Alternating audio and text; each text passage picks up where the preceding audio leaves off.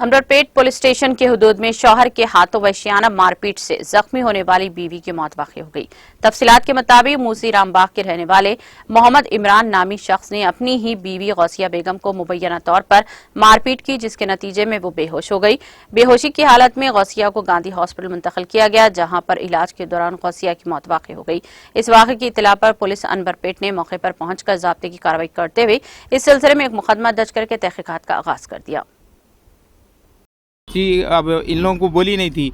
Actual क्या था बोले तो, अब जब बच्चे की मौत होने के बाद जुमे के दिन हम लोग जिसके घरों को चले गए, जब हफ्ते के दिन ये बहन को वालदा को बोले ऐसा ऐसा हुआ बोल के, तो हम लोग क्या करें, फिर भी घर के पास के क्लिनिक पे लेके गए, लेके जाके उनका ट्रीटमेंट के लिए जो भी है ये कर रहे थे ट्रीटमेंट।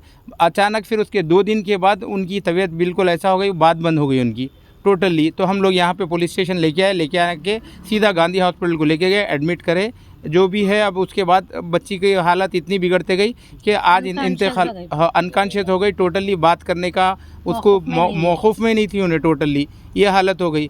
तो इंटरनल जो मारा लगे थे, बहन को बोली और वालदा को बोली, क्या बोली, बोलो बेटा। पेट में दर्द बहुत हो रहा अभी, मेरे को बहुत दर्द हो रहा।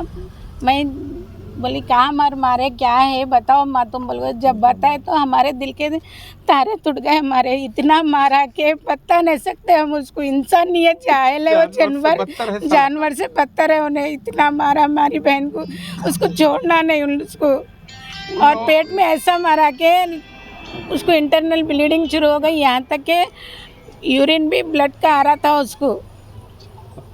क्या चाह रहे हैं आप लोग उसके साथ? उसको छोड़ना नहीं, उसको हमारे को इंसाफ दिलाना। मेरे माँ बाप को पुलिस से इंसाफ श्रीनिवास वो कर रहे सब को आपका कंप्लेन दिया, तो श्रीनिवास साहब से क्या मेरे को इंसाफ दिलाना बोल के हम उम्मीद रखे हुए हैं। और आइंदा आगे किसी बच्ची को ऐसा नहीं करना, और उसको कोई घर नहीं देना उसको बहन को। और कोई घर 3 बच्चे हैं भाई साहब।